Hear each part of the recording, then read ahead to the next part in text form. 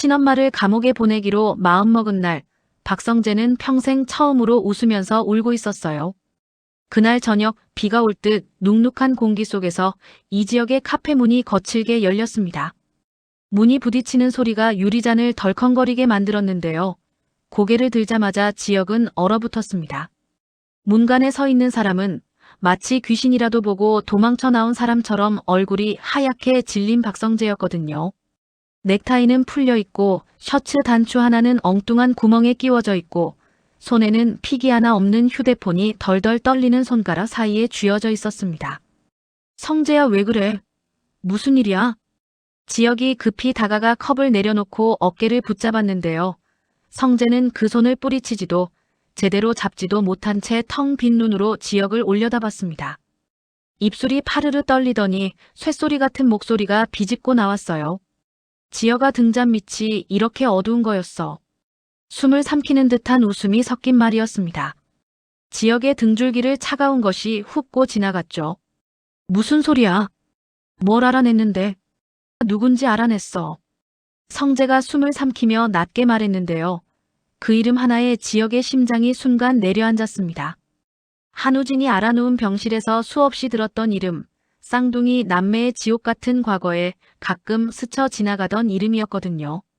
친엄마도 친고모도 아닌 어디까지가 진짜 이름인지조차 헷갈리는 여자.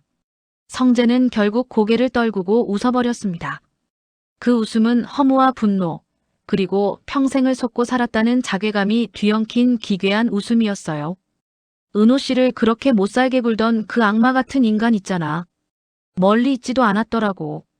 지역의 가슴이 턱 막혔습니다. 지은호. 밝고 해맑아서 어두운 이야기와는 거리가 멀 것 같던 여자. 언제나 웃으며 선배라고 불러주던 그 목소리가 머릿속에 겹쳐 떠올랐는데요. 지역은 직감적으로 알 수 있었습니다. 이 이야기가 은호의 인생을 통째로 흔들어 놓을 거라는 걸요. 찾았어, 지역아. 누군데? 잠시 카페 안에 정막이 내려앉았습니다. 다른 손님들의 소리, 잔을 부딪히는 소리, 음악 소리까지도 멀어지는 느낌이었어요. 성재는 입술을 깨물다 마침내 한 단어를 짚어냈습니다. 내 새어머니. 고성이. 커피잔이 손에서 미끄러지며 탁 하고 테이블 위에 떨어졌습니다. 뜨거운 커피가 테이블볼을 적셨지만 둘 다 뜨거운 줄도 몰랐어요. 지역의 머릿속은 하얘졌습니다. 고성이. 박성재의 새어머니, 박영나의 엄마, 그리고 재벌가 이사장. 화려한 옷과 완벽한 미소 뒤에 감춰진 야망을 지역도 알고 있었지만 유괴범이라는 단어는 한 번도 떠올려 본 적이 없었거든요. 확실한 거야? 지역은 겨우 목소리를 짜냈습니다. 끝이 갈라져 나오는 것조차 스스로도 느껴졌어요. 응. 내가 직접 확인했어. 그리고 우진이가 다 말해줬어. 한우진. 성재의 의붓동생이자 지은호의 쌍둥이 오빠. 지역은 눈을 질끈 감았다가 떴습니다. 이제 물러설 수 있는 선은 이미 사라져버린 것 같았거든요. 그럼 이제 바로 가자. 우진이한테. 녹음해야 돼. 성재는 고개를 끄덕였습니다. 손에 들고 있던 휴대폰을 더 꽉 쥐었어요. 두 사람의 앞에는 단순한 가정사가 아니라 25년 묵은 범죄의 판도라 상자가 벌어지고 있었으니까요. 병원 VIP 병실에 들어섰을 때 한우진은 이미 수술 이후의 통증 속에서 숨을 고르고 있는 중이었습니다. 쌍둥이 동생 지은호가 내어준 간 덕분에 겨우 목숨을 붙잡은 상태였는데요. 얼굴은 창백했지만 눈빛만큼은 이상하게 맑아져 있었어요. 오래 숨기던 것들을 드디어 꺼내놓을 수 있는 사람처럼요. 형들 왔구나. 우진이 몸을 일으키려 하자 지역이 급히 다가가 그를 붙들었습니다. 야, 누워있어. 아직 무리하면 안 된다. 그러게, 이 바보야. 성재도 억지로 웃어 보였지만 눈가는 벌겋게 달아올라 있었습니다. 아니야. 이제 좀 살 것 같아서. 은호 덕분에, 내 쌍둥이 동생 덕분에. 지은호라는 이름이 입 밖으로 나오는 순간 세 사람의 시선이 잠시 한 곳에 모였습니다. 지역의 가슴이 묘하게 쿡 찔렸어요. 하필 이런 지옥 같은 진실을 마주하는 날 자신이 마음에 품고 있는 여자 이름까지 자꾸 거론된다는 게 이상하게도 잔인하게 느껴졌거든요. 지역은 미리 준비해온 녹음기를 꺼내 우진의 손에 쥐어줬습니다. 우진아, 힘들겠지만 기억나는 대로 다 말해줘. 너도 지은호도 성재도 이 지옥에서 좀 벗어나려면 이제는 말을 해야 하거든. 우진은 천장을 한번 올려다봤습니다. 백색 형광등 불빛이 눈에 스며들다가 어느새 20회 넘게 봉인해둔 기억 위로 내려앉는 느낌이었어요. 비가 진짜 많이 오던 날이었어. 입술이 바짝 말라 있었지만 한 단어 한 단어가 병실 공기를 뒤흔들고 있었습니다. 우진의 이야기는 지역이 상상하던 것보다 훨씬 더 잔인했는데요. 5살짜리 쌍둥이가 비 오는 밤 보육원 마당에 떨며 서 있던 장면. 숫자 세면 맛있는 거 사올게라고 말하던 여자. 그리고 10가지 세기도 전에 멀어져 가던 자동차 소리. 그 여자가 우리한테 그랬어. 눈 감고 숫자 세라고. 절대 눈 뜨지 말라고. 그래서 은호 손을 꼭 잡고 셌거든. 하나, 둘, 셋. 근데 10가지 세기도 전에 차 문 닫히는 소리가 나더라고요. 눈을 떴을 때는 이미 차는 흙탕물 튀기면서 멀어지고 있었고요. 우진의 목소리가 떨렸습니다. 성재는 고개를 숙인 채 주먹만 꽉 쥐고 있었는데요. 자신이 어머니라고 부르며 자란 사람이 그런 짓을 했다는 사실을 머릿속에 그려보는 것만으로도 속이 뒤집어지는 기분이었어요. 그리고 얼마 뒤에 그 여자가 다시 왔어.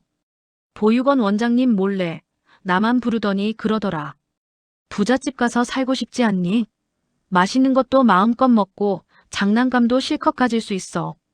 넌 동생 없었던 거다. 알겠지? 그 말을 전하는 우진의 얼굴에는 지금도 선명하게 남아있는 어린 날의 죄책감이 스쳐갔습니다. 혼자만 살아남은 사람 특유의 표정이었어요. 성재가 그 말을 듣는 순간 의자를 밀치며 벌떡 일어났습니다. 그게 사람이 할 짓이야? 자기 조카들을. 말을 잇지 못하고 숨을 들이켰습니다. 엄마라는 단어가 목구멍에서 막혀 나왔다가 다시 조카라는 말로 바뀐 거였죠. 그때 우진이 조용히 말을 이어갔습니다. 형, 나 그때 기억나. 보육원에 버려지기 전까지 우리 그 여자한테 엄마라고 안 불렀어. 지역과 성재가 동시에 고개를 들었습니다.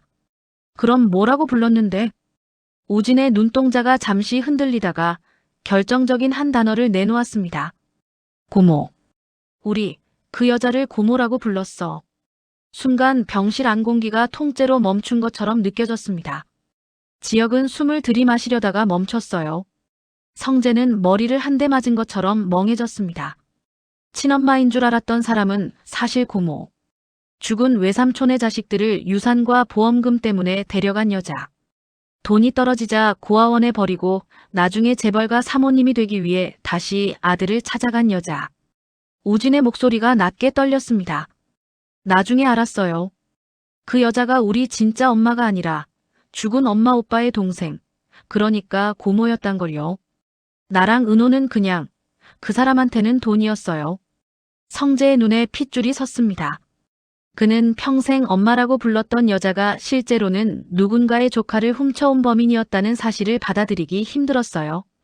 지역은 녹음기를 끄지 않고 조용히 숨만 죽였습니다. 이건 장면이 아니라 증거였거든요. 그날 밤 세 사람은 거의 한마디도 더 하지 못했습니다. 병실을 나와 병원 복도를 걸어 나올 때 성재는 마치 무너진 건물 안에서 혼자 나온 사람처럼 걸음이 휘청거렸어요. 엘리베이터 안에서 그는 손등으로 눈을 훔치며 낮게 중얼거렸습니다. 25년 동안 나 그 사람을 엄마라고 불렀는데 알고 보니까 내 엄마도 아니고 남의 엄마도 아니고 그냥 악마였던 거면 어떡하지, 지역아. 지역은 친구의 어깨를 꽉 붙잡았습니다. 성재야, 내 잘못 아니야. 그 사람 잘못이지. 우리가 지금 할 일은 하나야. 이걸 끝까지 파고 들어가는 거. 성재는 고개를 끄덕였습니다. 눈가가 여전히 젖어 있었지만 눈동자만큼은 서서히 단단해지고 있었어요. 그래. 숨기지 말고 끝까지 가보자. 이튿날 새벽 이지역은 부모님 집 식탁에 앉아 김다정과 이상철에게 조심스럽게 이야기를 꺼냈습니다. 김다정은 지역의 이야기를 듣는 내내 숟가락을 들지도 못하고 있었어요. 한참을 듣다가 결국 젓가락을 내려놓고 두 손으로 얼굴을 감쌌습니다. 세상에 그런 일이 우진이랑 은호가 그렇게 버려졌었다고. 지역은 고개를 끄덕였습니다. 이상철은 입술을 앙다물고 물만 벌컥벌컥 들이켰어요. 오랫동안 회사에서 온갖 사건, 사고를 다 겪어봤지만 아이들을 이용한 범죄만큼은 이해할 수 없었습니다. 그럼 지은호 그 애는 자기가 입양됐다는 사실도 모른 채 살았던 거야? 네. 아직은 몰라요, 엄마. 정순이 어머니도 말 못하고 숨기고 있는 것 같고요. 지역의 말에 김다정의 가슴이 철렁 내려앉았습니다. 정순이. 고생만 하며 식당을 지키던 마음 따뜻한 그 여자. 그녀가 품고 키워온 아이가 사실 보육원 앞에 버려져 있던 쌍둥이 중 한 명이었다는 사실이 너무 잔인하게 느껴졌어요. 얘야. 김다정이 떨리는 목소리로 지역을 불렀습니다. 너 이 일에 깊이 엮이면 다칠 수도 있어. 상대가 누군지 알잖아. 재벌가 이사장이야. 돈도 힘도 사람도 많고. 지역은 잠시 고민하는 눈빛을 하다가 결국 담담하게 웃었습니다. 엄마, 이미 엮일 만큼 엮였어요. 은호 좋아한다고 고백까지 했다가 차인 마당에 이제 와서 뒤로 빠지면 그게 더 비겁하잖아요. 김다정의 눈에 눈물이 맺혔습니다. 아들이 이렇게 말하는데 더 말릴 명분이 없었어요. 그래도 내가 다칠까봐 겁이 나서 그렇지. 괜찮아요. 저 혼자 아니에요. 성재도 있고 우진이도 있고 우리 편도 많아요. 그리고 엄마도 아빠도 결국 제 편이잖아요. 이상철이 헛기침을 하며 고개를 끄덕였습니다. 그럼 우리 아들이 옳은 일 한다면 아빠가 뒤에서 밀어줘야지. 대신 무모하게만 나서지는 마라. 증거를 모으든 법을 이용하든 머리 써서 싸워야 한다. 지역은 그 말에 미소를 지었습니다. 이 집안 특유의 고지식하지만 바른 태도가 그 어느 때보다 든든하게 느껴졌죠. 며칠 뒤 박성재는 아버지 박진석 회장에게 회의 안건이라며 보고서를 하나 올렸습니다. 사회공헌 활동 제안서라는 이름이 붙어 있었는데요. 겉으로 보기에는 흔한 봉사활동 계획처럼 보였습니다. 찾아가는 봉사 아이들과 함께하는 나눔, 지역 사회 이미지 개선. 그런 단어들 뒤에 새희망 보육원이라는 이름이 조용히 박혀 있었죠. 그래, 우리 성재 요즘 열심히네. 어디 보자. 박진석 회장은 흐뭇한 얼굴로 보고서를 넘겨봤는데요. 보육원이라는 단어에 고개를 끄덕였습니다. 아이들 도와주는 일이라면야 회사 이미지에도 좋고 우리도 보람있지. 그 옆에서 샐러드를 덜어주던 고성희의 포크가 살짝 흔들렸습니다. 가느다란 금속이 접시와 부딪히며 찰랑 소리를 냈는데 그 소리가 생각보다 크게 들려왔어요. 성재는 그 미세한 떨림을 놓치지 않았습니다. 아버지, 이번에는 이사장님도 직접 가시면 좋을 것 같아요. 어머니 아이들 무척 좋아하시잖아요. 우진이 어릴 때도 그렇게 챙기셨고. 고성희는 억지 미소를 지으며 입가를 닦았습니다. 아, 성재야. 요즘 내가 몸이 좀 바쁘기도 하고. 여보, 건강하잖아. 박진석 회장이 웃으며 끼어들었습니다. 골프도 치고 다니면서 무슨 소리야. 성재 말이 맞네. 당신이 직접 가줘. 아이들 좋아하잖아. 사진도 찍고 기사도 나고 좋지 뭐. 이미 도망칠 구멍은 막혀버린 상태였습니다. 고성희는 잠깐 눈을 내리깔았다가 또렷한 목소리로 대답했습니다. 그럼 회장님 뜻이라면 그래야죠. 아이들 만날 생각하니 벌써 설레네요. 말과는 달리 손가락 마디는 새하얗게 질려 있었습니다. 새희망 보육원. 건물은 바뀌었지만 땅 냄새는 변하지 않았다는 걸 그녀만 알고 있었거든요. 한편 도심 외곽에 위치한 새희망 보육원 원장실. 이 지역은 모자를 벗으며 고개를 숙였습니다. 맞은편에는 단정한 단발머리에 눈빛이 단단한 여자가 앉아 있었어요. 김 원장, 40대 중반. 이 보육원의 원장 겸 25년 전 그날의 진실을 움켜쥔 사람의 딸이었습니다. 찾아와 주셔서 감사합니다, 김 원장님. 지역 사회 봉사 계획이라고 둘러댄 덕분에 첫 만남은 그럭저럭 자연스럽게 시작됐습니다. 하지만 이 지역이 봉투에서 한 장의 사진을 꺼내는 순간 공기 온도가 달라졌어요. 사진 속 우아한 차림의 중년 여성. 보석이 박힌 브로치, 눈에 익은 미소, 무엇보다도 잊을 수 없는 눈빛. 김 원장은 입술을 깨물었습니다. 이 사람 기억합니다. 잊을 수가 없어요. 비 오는 날 밤, 울고 있는 아이 둘을 보육원 마당에 떨궈 놓고 갔던 여자. 지역의 가슴이 묵직하게 내려앉았습니다. 김 원장은 서랍 깊숙한 곳에서 작은 상자를 꺼냈습니다. 어머니가 남긴 일기장이랑 화재 나기 전에 급히 금고에 넣어두신 서류들이 있었어요. 다 타버린 줄 알았는데 기적처럼 한 장이 남아있더라고요. 불에 그을린 종이 조각이 탁자 위에 올려졌습니다. 반쯤 타다가 멈춘 듯한 아동 임시 보호서약서. 종이 아래쪽에는 불길도 삼켜버리지 못한 서명이 그대로 남아있었어요. 고성이. 특유의 삐져나가는 필체까지 분명했습니다. 이게 결정적인 증거가 될 겁니다. 김 원장의 목소리가 낮게 떨렸지만 눈빛만큼은 확고했습니다. 우리 어머니가 평생 죄책감에 시달리면서도 버리지 못한 종이에요. 잘 써주세요. 이지혁은 숨을 길게 들이마셨습니다. 원장님, 이번 봉사활동 때 도와주실 수 있겠습니까? 도와주는 게 아니라 갚는 거예요. 김 원장이 단호하게 말했습니다. 우리 어머니의 죄책감도 우진 씨와 지은호 씨의 잃어버린 시간도 조금이라도 돌려줘야죠. 제가 직접 마이크를 잡겠습니다. 이 말을 들은 순간 지혁은 머릿속에 떠오르는 한 사람을 떠올렸습니다. 이수빈. 자기 여동생이자 구독자 100만을 가진 유튜버. 그리고 은근히 정의감도 강한 좀 시끄러운 천재 크리에이터. 그는 바로 수빈에게 전화를 걸었습니다. 야, 이수빈. 한탕 크게 할 생각 있어? 오빠, 나 원래 크게만 해. 뭐야, 또 무슨 사고 치려고? 이번에는 사고가 아니라 정의 실현이다. 재벌가 이사장의 이중생활 폭로. 잠깐의 정적 뒤 수빈의 목소리가 튀어올랐습니다. 썸네일 벌써 떠올랐어. 천사 사모님의 진짜 얼굴 어때? 기다려. 카메라 풀세트 챙기고 바로 가.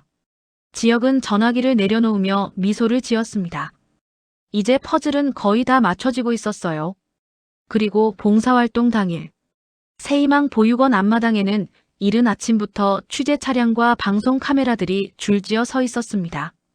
S그룹 사모님의 노블레스 오블리주, 아이들과 함께하는 따뜻한 하루. 보도자료 제목만 봐도 눈물 날 만큼 아름다운 문구였죠. 검은색 고급 세단이 들어오자 플래시가 번쩍였습니다. 고성이가 차에서 내렸습니다. 오늘은 화려한 드레스 대신 수수한 흰 셔츠와 베이지색 조끼, 낮은 굽구두.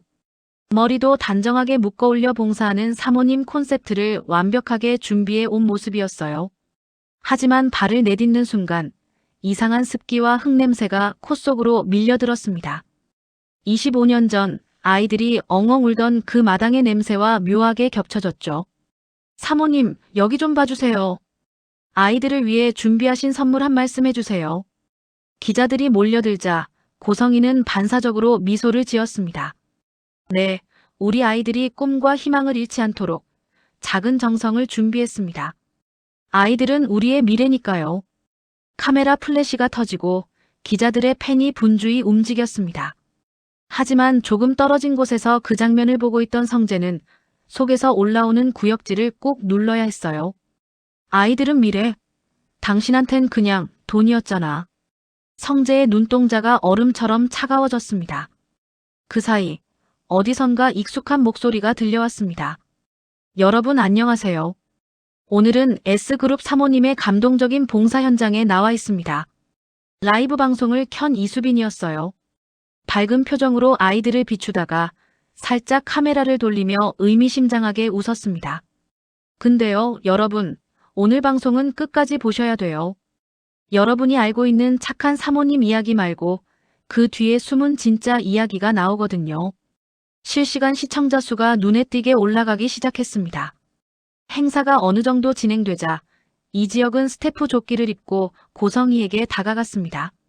이사장님, 원장님께서 저쪽 역사관에서 차 한잔 대접하면서 인터뷰하고 싶다고 하십니다. 기자분들도 그쪽에서 추가 촬영 원하시고요. 고성희는 순간 얼굴이 굳어졌지만 곧 웃음을 지었습니다. 그래요? 그럼 잠깐 들러야겠네요. 역사관. 이름만 듣고도 가슴이 서늘해졌지만 이만큼 온 이상 되돌아갈 수는 없었어요. 건물 뒤편 덩굴로 뒤덮인 오래된 창고를 개조해 만든 작은 전시 공간. 문을 열고 들어서는 순간 어두운 실내와 벽에 걸린 흑백 사진들이 고성희를 맞이했습니다. 이사님, 지역이 조용히 한쪽 벽을 가리켰습니다. 이 사진 혹시 기억나십니까? 조명이 켜지며 벽 한가운데 걸린 대형 사진이 환하게 드러났습니다. 25년 전 화재가 나기 전에 옛 보육원 전경. 낡은 철문, 흙탕물 튄 운동장, 삭막한 건물. 고성희의 동공이 크게 흔들렸습니다. 심장이 쿵 하고 한번 크게 뛰더니 갑자기 숨이 가빠졌어요. 이게 왜 여기? 그때 천둥 소리 같은 효과음이 스피커에서 터져 나왔습니다. 우르르 쾅. 비 오는 밤, 아이들이 울던 그날과 똑같은 소리였죠. 고성희는 비명을 지르며 귀를 막았습니다. 불불 꺼. 뭐야 이거. 바닥에 주저앉은 그녀의 모습은 더 이상 우아한 이사장이 아니라 겁에 질린 한 사람이었어요. 바로 그때 조명이 탁 켜졌습니다. 카메라를 든 이수빈이 한 걸음 앞으로 나섰습니다. 사모님, 괜찮으세요? 마치 귀신이라도 본 사람 같으신데요. 그리고 마이크를 들고 걸어 나오는 또 다른 사람. 김 원장이었습니다. 손에는 불에 그을린 서약서 조각이 들려 있었어요. 고성혜 씨. 김 원장의 목소리가 공간을 가득 채웠습니다. 여기 어딘지 이제 기억나시죠? 고성희는 온몸을 떨었습니다. 난 모르는 일이야.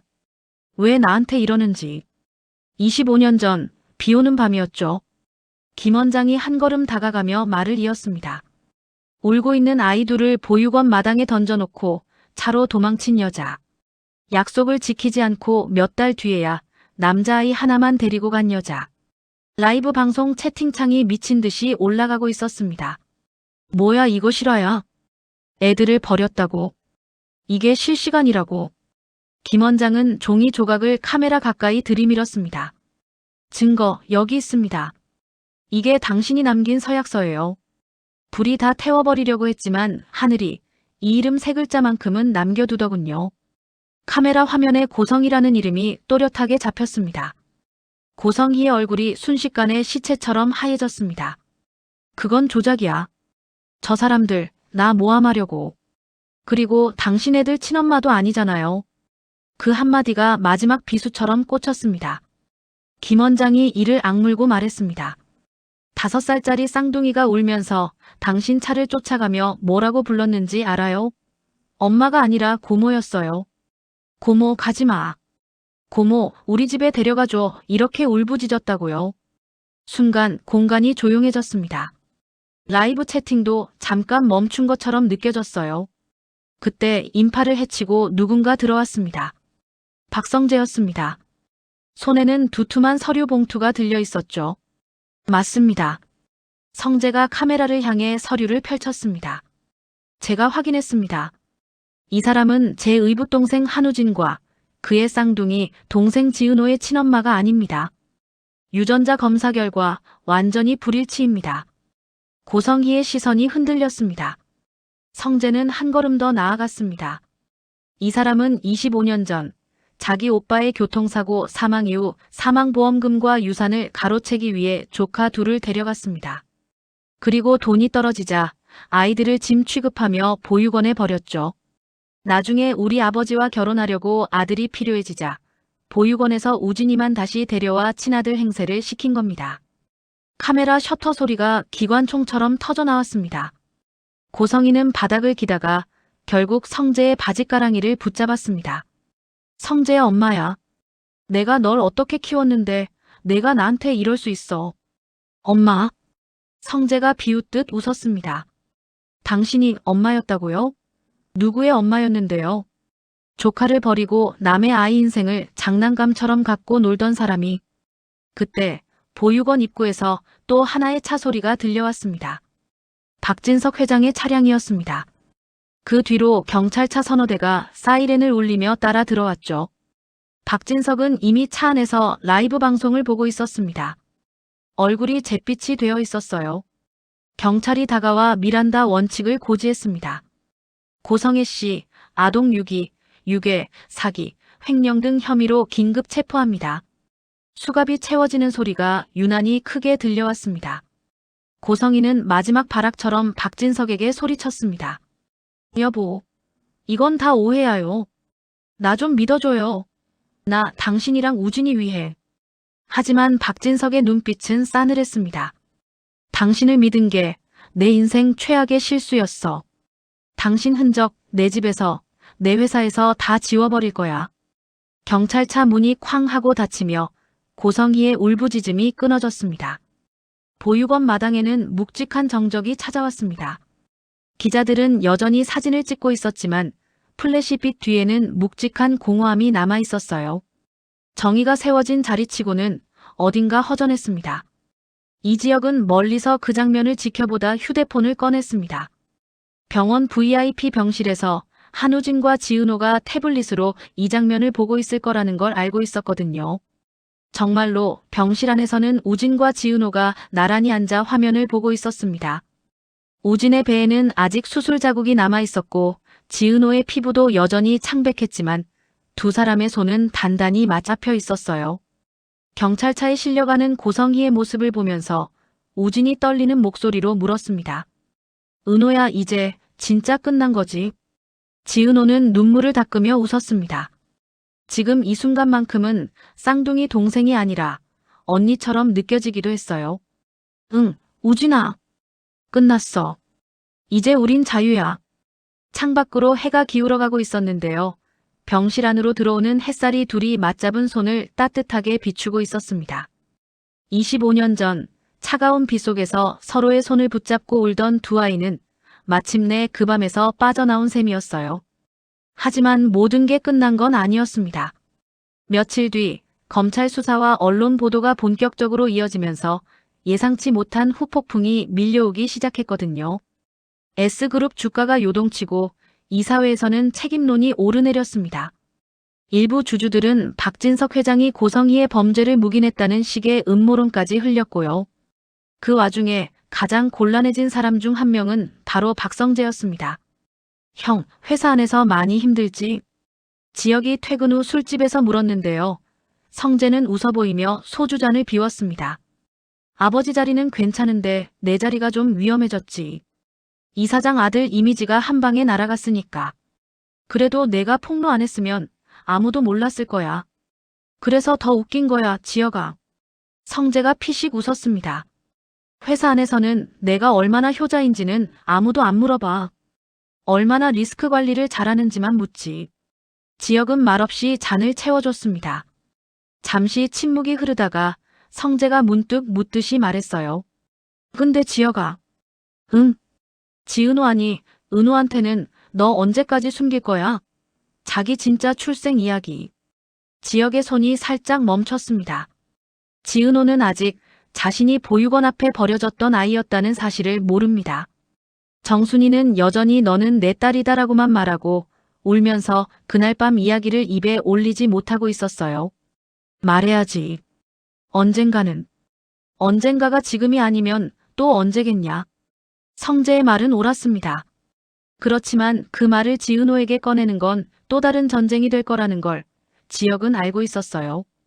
그날 밤 지혁은 결국 지은호가 관리하는 카페로 향했습니다. 은호의 카페는 평소처럼 조용했지만 그녀의 얼굴에는 미묘한 그림자가 드리워져 있었습니다. 며칠 동안 병원과 집으로 가며 몸도 마음도 지친 탓이었죠. 선배 왔어요? 지은호가 억지로 웃으며 물었습니다. 괜찮아. 얼굴이 많이 힘들어 보이는데. 뭐 그럴 만도 하잖아요. 쌍둥이 오빠간 살리겠다고 재간 떼어줬더니 세상이 아주 난리가 났더라고요. 지은호가 농담처럼 말했지만 눈빛만큼은 장난이 아니었습니다. 잠시 후 조용히 앉은 둘 사이에 묵직한 정적이 흘렀습니다. 지혁은 손가락을 꼼지락거리며 마음을 정리하다가 조심스럽게 입을 열었어요. 은호야. 네, 선배. 너 혹시 어릴 때 기억나는 거 있어? 비 엄청 많이 오던 날 어디 마당 같은 데 있었던 거. 지은호의 눈동자가 순간 흔들렸습니다. 그녀는 한동안 아무 말도 못하다가 컵에 담긴 커피를 한번 휘저었습니다. 가끔 꿈을 꿔요. 비 오는 날 누군가 손을 잡고 숫자를 세던 꿈. 근데 엄마한테 말하면 엄마가 많이 힘들어할 것 같아서 그냥 악몽이겠거니 했죠. 그 꿈, 악몽 아니에요. 지역의 목소리가 낮게 떨렸습니다. 기억이에요. 지은호의 손이 멈췄습니다. 선배 그게 무슨... 지역은 마침내 25년 전의 이야기를 시작했습니다. 보육원 고모라는 여자, 쌍둥이, 버려진 밤, 하나만 데려간 사람, 그리고 지금 감옥에 들어간 이사장. 말을 이어가는 동안 지은호의 얼굴은 점점 하얗게 질려갔습니다. 손에 힘이 풀려 컵이 흔들릴 때마다 커피가 가장자리로 조금씩 넘쳤어요. 그럼 엄마는 지금 엄마는? 정순이 어머니는 널 버린 사람이 아니야. 지역이 단호하게 말했습니다. 널 다시 태어나게 해준 사람이야. 우연히 보육원에 봉사 갔다가 비 오는 날 벌벌 떨고 있던 내 손을 잡고 집으로 데려온 사람. 지은호의 입에서 흐느낌이 새어나왔습니다. 근데 왜 한 번도 말 안 했어요? 왜 다들 숨기고? 너 행복하게 살았잖아. 지역이 조용히 웃었습니다. 비록 힘든 일 많았어도 엄마랑 강호랑 같이 밥 먹고 싸우고 웃으면서 그걸 깨고 싶지 않았겠지. 너도 지금 솔직히 말하면 그 집을 잃고 싶지는 않잖아. 지은호는 결국 울음을 터뜨렸습니다. 친엄마가 누구든 진짜 피가 어디서 왔든 자신을 키워준 사람은 정순이었으니까요. 저 어떻게 해야 할지 모르겠어요, 선배. 우진 오빠도 엄마도 강호도 다 미안하고 나도 무섭고. 지역은 잠시 고민하다가 손을 내밀어 지은호의 손등을 살짝 덮었습니다. 괜찮아. 지금 당장 답 안 내도 돼. 한 가지는 확실해. 내가 잘못한 건 하나도 없다는 거. 지은호는 눈물에 젖은 눈으로 그를 바라봤습니다. 선배는요? 선배는 왜 이렇게까지 제 일에 신경 써요? 그 질문에 지역은 잠시 말을 잃었습니다. 좋아하니까라는 말은 이미 한 번 꺼냈다가 거절당한 기억 때문에 쉽게 나오지 않았어요. 그 대신 그는 조금 빙 돌아가는 말을 선택했습니다. 우진이가 내 오빠잖아. 성재가 내 친구잖아. 그리고 조금 머뭇거리다가 그는 결국 웃었습니다. 너도 내 사람이니까. 지은호는 그 말에 또 한 번 눈시울이 뜨거워졌습니다. 거창한 사랑 고백이 아니라 조용하게 건네진 그 말이 이상하게 더 깊이 박혔거든요. 고성이가 끌려간 뒤 세상은 잠시 시끄러웠다가 금방 또 다른 뉴스들에 가려졌습니다. 하지만 사람들의 기억 속에는 아이를 버리고 재벌가 이사장이 된 여자라는 문장이 오래 남았고요. 그 여자가 사라진 자리를 대신 채운 건 각자의 자리에서 버티고 서 있는 사람들의 이야기였습니다. 박진석은 회사 안팎의 후폭풍을 수습하며 동시에 우진에게 진심으로 사과하려고 애썼습니다.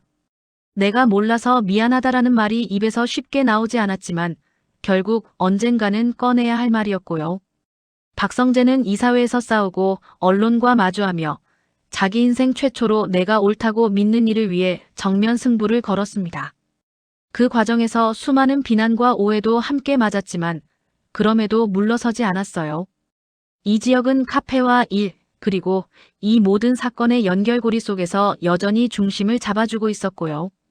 밤마다 녹초가 되어 집에 돌아와도 다음 날이면 다시 잘해보자라고 마음을 다잡는 사람이었어요. 지은호는 아직 모든 걸 다 받아들이지 못했지만 조금씩 앞으로 나아가고 있었습니다. 정순이에게 조심스럽게 묻고 함께 울고 함께 밥을 먹으면서요. 엄마, 나 엄마 딸 맞죠? 라고 묻던 밤 정순이가 울면서 그럼 내가 낳았든 아니든 넌 내 딸이야 라고 말해준 그 순간은 아마 평생 잊지 못할 거고요. 그리고 한우진. 수술 자국이 완전히 아물기도 전에 그는 스스로에게 약속했습니다.